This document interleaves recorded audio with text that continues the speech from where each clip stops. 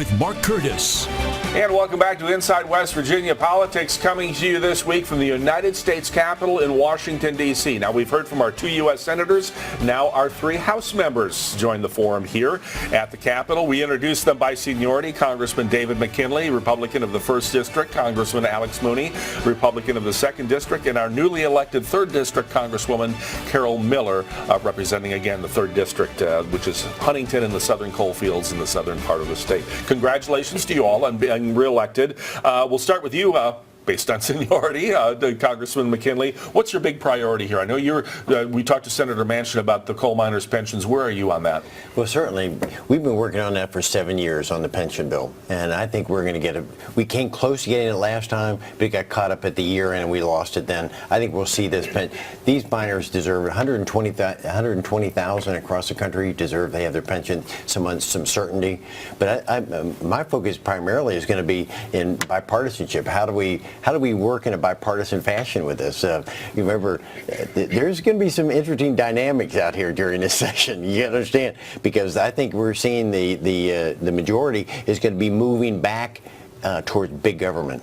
And you remember, you and I are old enough to remember when Bill Clinton said in 94, 25 years ago, the era of big government is over.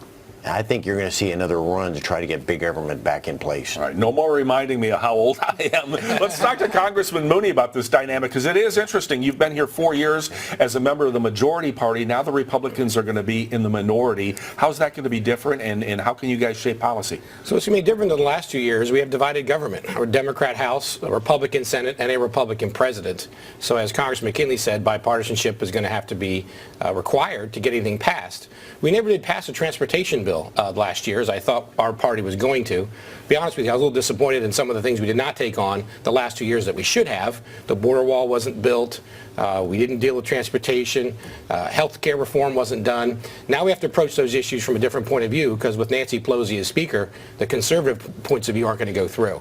So we're going to have to look at, bipartisanship and drug addiction issues, transportation, pension, and make sure we protect our coal miners, too, from additional regulations that I think you'll see the House try to pass that we'll have to fight back against. All right, we have to have the newcomer jump in. One of the most prominent things in your campaign ads was the phrase, build the wall.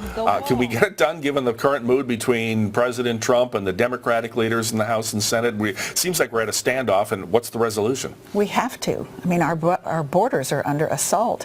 It's a matter of our national security. So I'm sure both parties are going to have to work together to solve the problem. Yeah. Congratulations, by the way. You're the new member. I mean, what's it like? What's your mood? Your dad was a longtime congressman here. I mean, this has got to be a thrill for you. It is a thrill. And, of course, my memories of Washington, D.C. were as a child, because I was 8 when he was first elected. And I left home when I was 17 to go to college in South Carolina. And so the majority of the time when I was an adult, I was in West Virginia and South Carolina. Let me ask the two of you about another issue, and you may chime in too, Congresswoman Miller.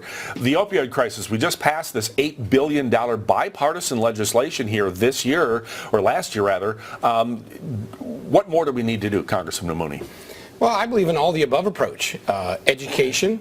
To prevent it from occurring to begin with. Most drug addicts start with prescription drugs. So we got to have ways where people don't start on prescription drugs. Enforcement is part of that too, and the federal government has a lot to do with enforcement, funding our border security, but also our police enforcement. Congressman I think we have to hope the Energy and Commerce Committee, I've been on that for 8 years.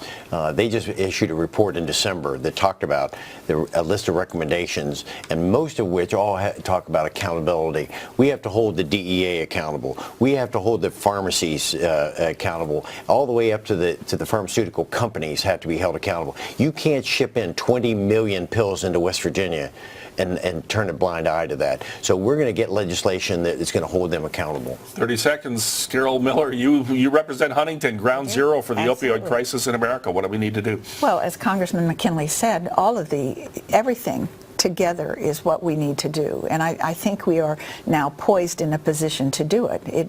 It's taken a while for us to figure out how to solve the problem. And you just don't point the finger in one place. There's many, many areas that need to be covered. All right, we're going to talk about other issues of interest and importance to West Virginia after this break. Stay with us on Inside West Virginia Politics from the U.S. Capitol. And welcome back to our final segment this Sunday in Inside West Virginia Politics. Let's talk about the economy and how it changes. You were a big proponent, Alex Mooney, of the tax cuts that stimulated the economy. And now we've had some little hiccups in the markets. What are your thoughts on where we go next? Yeah, I'm proud of that big accomplishment last year to cut those taxes. You've seen the economy boom with President Trump and the Congress reducing taxes. Jobs are coming back from overseas. There's help wanted signs all around the stores, even in West Virginia. We have a booming economy.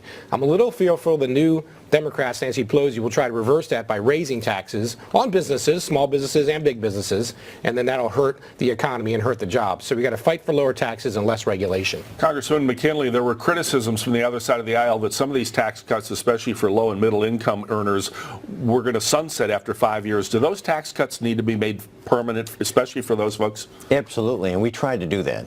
We passed it out of the House to make them permanent, but we couldn't get the votes in the Senate. So ultimately we're going to have to do that. And I think it's 7 years, but nevertheless, it's some period of time. Eventually, we have to do that. Let's do that. That's where the real litmus test is going to be. Are the majority party, the Democrats, are they willing to legislate? Or is this all going to be about the 2020 election for the next 2 years? I'm hoping we get cooperation and they want to work to get something done, because I think the people in West Virginia and across the country want to see us getting things done. And if we wind up being just partisan, then it's going to be gridlock like they've never seen before. Yeah. I'm going to quote another Carol Miller campaign ad. Your other big line was "cut the bull," and that was kind of a two-edged phrase, because you're a small business owner. You run a bison farm, and what do we need to do from Washington to help foster small business in West Virginia and across the country? Well, it's all about jobs. And, in southern West Virginia, the coal industry, to see people in Logan that have gone back to work, it's so important that we keep that going on. And I know our president supports what's going on with we're an energy state, and we need to educate our kids. We need to make sure that we put everything in place so that we have good economic growth in our country and in our state. You mentioned President Trump. He campaigned a lot for you, probably more so than many other House members in the country. How critical is he to the process? Look, he's a lightning rod. He's a very controversial figure. How much is it important that President Trump is the one who bridges the gap between the Republicans and the Democrats? Alex?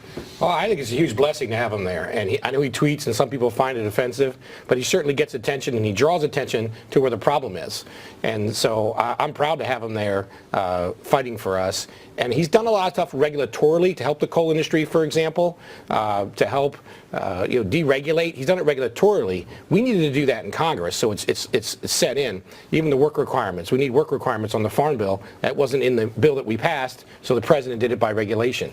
I think he's doing a great job, and I'm proud to have him, and hope we can continue to work with him. A lot of people don't. What you're going to find out too, but follow up with that, is that this Green Deal that the Democrats are going to be promoting. Now you go back to what Carol said. All these coal miners and people that are related to the mining industry are being threatened right now. If that legislation, if they're successful in promoting that, the consequences are going to be catastrophic to West Virginia, Wyoming, Dakotas, because what they're saying in there, no coal mining, no coal operations, no gas power plants in 10 years. America's not ready for that, and I think we have to be very careful. We're down to our last minute. I want to give each of you, a closing statement, maybe 15, 20 seconds on what your thoughts are as we go forward. You optimistic, pessimistic? Carol Miller, where are we going here? Carol Miller's always optimistic. My office is up and running, and I'm ready to help with all constituent services, and it's very important that we use all that we have in our arsenal to make things happen here and move our country forward. That's why we're here. Congressman Mooney? Well, certainly I'm optimistic as well. That's why we do what we do. I like to see the budgeting and appropriations process actually function like it's supposed to. We need to pass our appropriations bills, get them to the Senate and the President the way this country is supposed to function. And finally, I'm looking forward to putting in place all the bipartisanship, the things we've tried to do for the last 8 years, trying to develop relationships so we can get things done, because West Virginians they deserve something better. They deserve a peace of mind, and we can deliver that if we work in a bipartisan fashion. All right. Again, we thank Congressman David McKinley, Congresswoman Carol Miller, and Congressman Alex Mooney for joining us from the U.S. Capitol this week on Inside West Virginia Politics. We'll see you back here next week.